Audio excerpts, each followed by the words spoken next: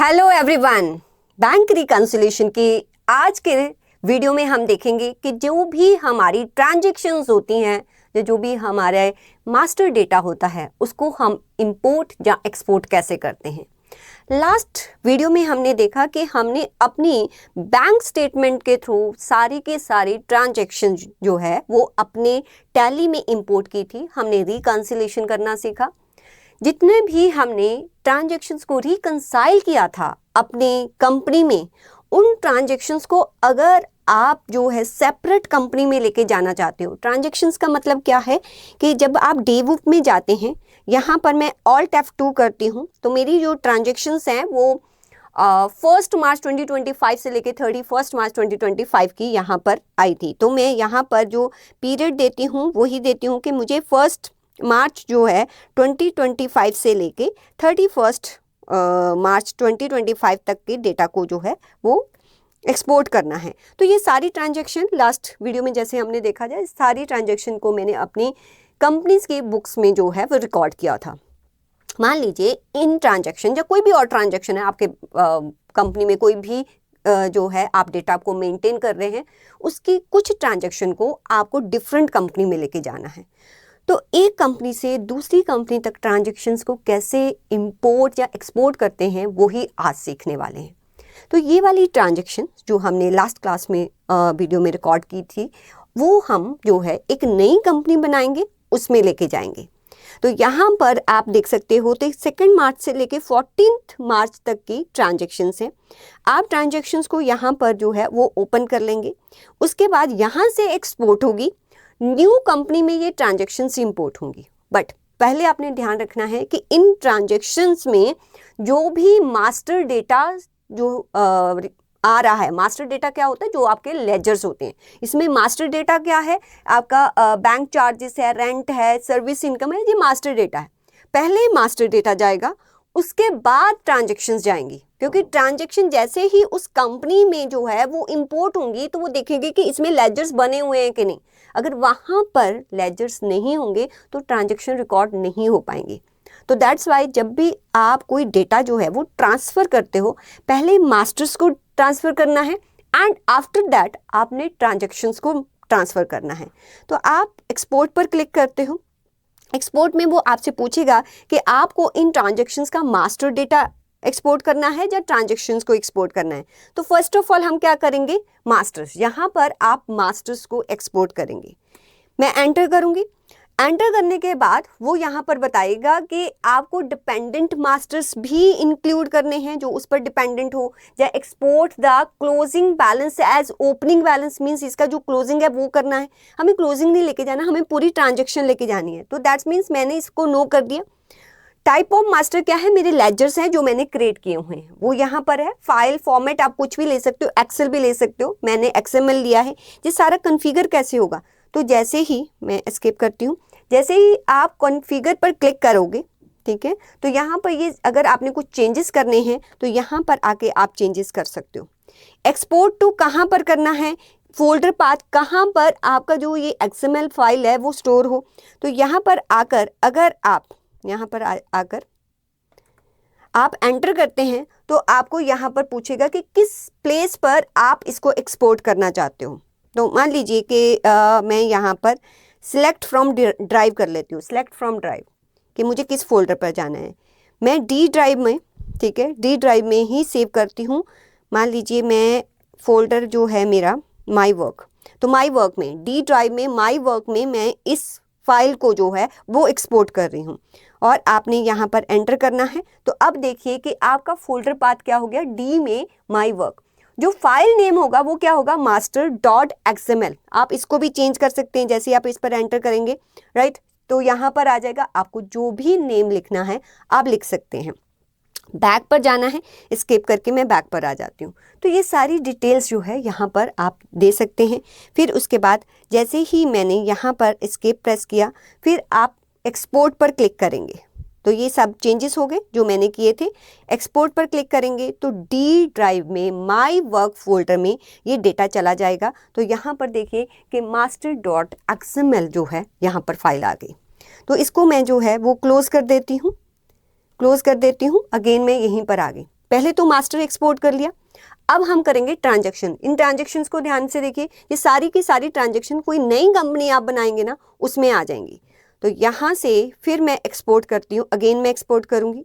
तो यहाँ से मुझे एक्सपोर्ट अब क्या करना है, ट्रांजैक्शन। तो आप ट्रांजैक्शंस पर क्लिक करेंगे तो अगेन आपसे पूछेगा किस पीरियड की, मीन्स आपको किसी कंपनी से कुछ पर्टिकुलर किसी पीरियड की ट्रांजैक्शंस को ही सिर्फ लेके आना है। तो आप कॉन्फ़िगर पर जाएंगे, कॉन्फ़िगर पर जाएंगे, राइट। आपको ऑल वाउचर्स करने हैं या कोई पर्टिकुलर सेल्स का ही वाउचर करना है या परचेज का ही वाउचर करना है, वो आप यहाँ से सिलेक्ट कर सकते हैं। फिर आपको किस पीरियड से किस पीरियड तक की ट्रांजैक्शन जो है वो एक्सपोर्ट करनी है, वो आप यहाँ से सिलेक्ट कर सकते हैं।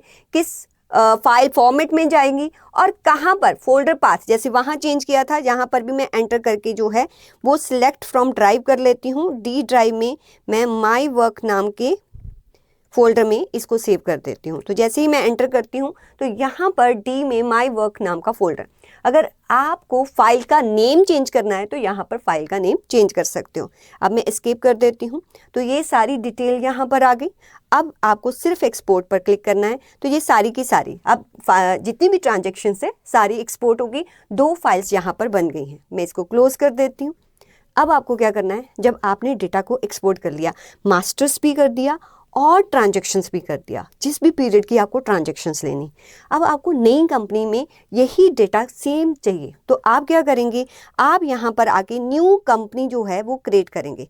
तो यहाँ पर आके मैं जैसे ही इसको शट कर देती हूँ, इस कंपनी को शट कर देती हूँ और यहाँ पर आके मैं क्रिएट कंपनी पर जाती हूँ। अब मुझे न्यू कंपनी जो है बैंक रीको की क्रिएट करनी है, बैंक रीको।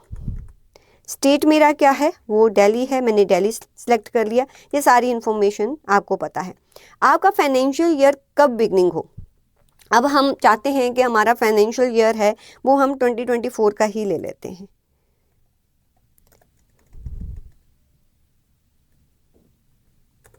यहाँ से 1 अप्रैल 2024,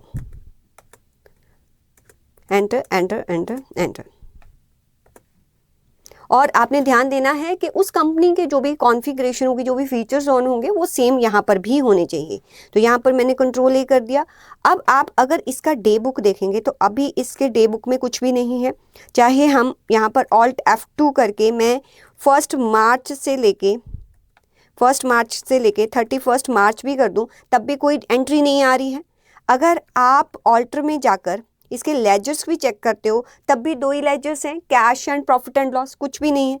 अब हमने जो भी XML फाइल्स बनाई हैं उसको इस कंपनी में लेके आना है। तो अब आपको एक्सपोर्ट नहीं करना, अब आपको क्या करना है, इंपोर्ट। तो यहाँ पर आप ऑल्ट O कर दो या इस पर क्लिक कर दो। अब आपको पहले क्या इंपोर्ट करना है, मास्टर्स। तो मास्टर्स पे क्लिक करेंगे। XML फाइल है, कहाँ से फाइल पाथ देना है, अब वही पाथ देना जो कि आपने वहाँ पर दे रखा था। तो मैं सिलेक्ट फ्रॉम ड्राइव कर लेती हूँ। मेरा जो फाइल है वो डी ड्राइव में माई वर्क नाम के फोल्डर में पड़ा है। तो मैंने जो है यहाँ से माई वर्क सेलेक्ट कर दिया। अब कौन सी फाइल है, मास्टर है या transaction, first of all master को मैंने क्लिक किया। तो कंबाइन ओपनिंग बैलेंस, ठीक है, माइट बी कोई ऐसा मास्टर हो सकता है जो ऑलरेडी हो। तो क्या उसका या इसका ओपनिंग बैलेंस अगर हमने लिया होता तो क्या कंबाइन करना है, वो यहाँ से इग्नोर डुप्लीकेट, अगर कोई मास्टर ऑलरेडी है तो इसको इंपोर्ट ना करें, ignore. Modify with new data, अगर ऑलरेडी कोई मास्टर बना है तो उसको डिलीट कर दे, इसका जो डेटा है उसको ले। तो आप कंबाइन ओपनिंग बैलेंस हम कर देते हैं, वैसे तो हमारे इसमें कुछ भी नहीं। Backup company data before import, अगर आपकी कंपनी में ऑलरेडी कोई डेटा है, आप इंपोर्ट करते हैं और इंपोर्ट जो है वो गलत हो जाता है तो उसको रीडू करने का कोई ऑप्शन नहीं है। इसलिए आपके पास एक ऑप्शन है कि जो आपकी कंपनी में ऑलरेडी एग्जिस्टिंग डेटा है आप उसका बैकअप ले लो। तो अभी तक जो भी काम हो चुका होगा आपकी कंपनी में वो सेपरेट रहेगा। अब जब मैं इंपोर्ट करूंगी तो वो सेपरेट एक प्लेस पर जो है वो सेव हो जाएगा। तो अगर आपको बैकअप लेना है तो यस कीजिए, और जहां पर भी आप पाथ देंगे वहां पर इस कंपनी जो अभी तक काम हो चुका है बिफोर इंपोर्टिंग द मास्टर्स, वो एक प्लेस पर वो डेटा सेव हो जाएगा। तो यहाँ पर हम नो रखते हैं और इंपोर्ट कंप्लीट सक्सेसफुली, आपको यहाँ पर एक मैसेज आएगा। अब ऑल्टर पर जाकर लेजर्स पर जाते हैं हम। तो यहाँ पर देखिए पहले 2 ही लेजर आ रहे थे, अब बाकी जितने भी लेजर्स उस कंपनी में थे वो सारे के सारे आपको यहाँ पर नजर आ रहे हैं। अब अभी भी डे बुक में कुछ नहीं नजर आ रहा होगा, बिकॉज हमने सिर्फ और सिर्फ मास्टर्स को ही इंपोर्ट किया है। अब हम ट्रांजैक्शंस को इंपोर्ट करेंगे, तो इंपोर्ट पर अगेन जाएंगे। अब आप ट्रांजैक्शंस पर टी प्रेस कर दीजिए, और कौन सा XML है मेरा, ठीक है, XML डेटा है। अगर आप स्पेस बार प्रेस करेंगे तो अगर आपका एक्सेल स्प्रेडशीट होगा तो यहाँ से आपको एक्सेल को सिलेक्ट करना है। मेरा XML है, मैं एंटर करती हूँ। अब आपको यहाँ पर जो भी पाथ है पहले मुझे वो देना पड़ेगा। अगर नहीं आ रहा है तो हम यहीं से ही सिलेक्ट फ्रॉम ड्राइव कर लेते हैं। यहाँ पर आना चाहिए, अगर नहीं भी आ रहा तो फाइल टू इंपोर्ट, ठीक है, तो हम सिलेक्ट फ्रॉम ड्राइव कर लेते हैं। सिलेक्ट फ्रॉम ड्राइव, ठीक है, D drive, my work, enter. और कौन सी फाइल है हमारी, ट्रांजैक्शंस, तो ट्रांजैक्शंस को हमने कर लिया। बैकअप लेना है या नहीं, यहाँ पर हम नो कर देते हैं, और इंपोर्ट कंप्लीट सक्सेसफुली का आपको मैसेज आ जाएगा। एंटर किया। अब आप डे बुक में जाकर देखिए, ऑल्ट F2 कीजिए, कौन सी डेट की एंट्रीज थी वो 31, ठीक है, ये सारी की सारी एंट्रीज आपको यहाँ पर दिखाई देंगी। तो ऐसे कोई भी किसी भी पर्टिकुलर पीरियड की आपको ट्रांजैक्शंस को किसी दूसरी कंपनी में लेके जाना है, या जितने भी लेजर्स एक कंपनी में बने हुए हैं जिनको हम मास्टर्स बोलते हैं, वो आपको दूसरी कंपनी में जो है वो एक्सपोर्ट करने हैं, तो उसके लिए उस कंपनी से पहले कंप्लीट डेटा ले लीजिए और दूसरी कंपनी में आकर इंपोर्ट कर लीजिए। बट रेकमेंडेड है कि आप फर्स्ट ऑफ ऑल बैकअप लीजिए, क्योंकि सम टाइम्स जो है इंपोर्ट आप रॉन्ग कर लेते हैं तो उसको अनडू नहीं किया जा सकता। तो उसके लिए आप एक जो बैकअप कंपनी है उसमें दोबारा से जो है करेक्ट इंपोर्ट कर सकते हैं। तो this is all about how to import export the transactions and masters.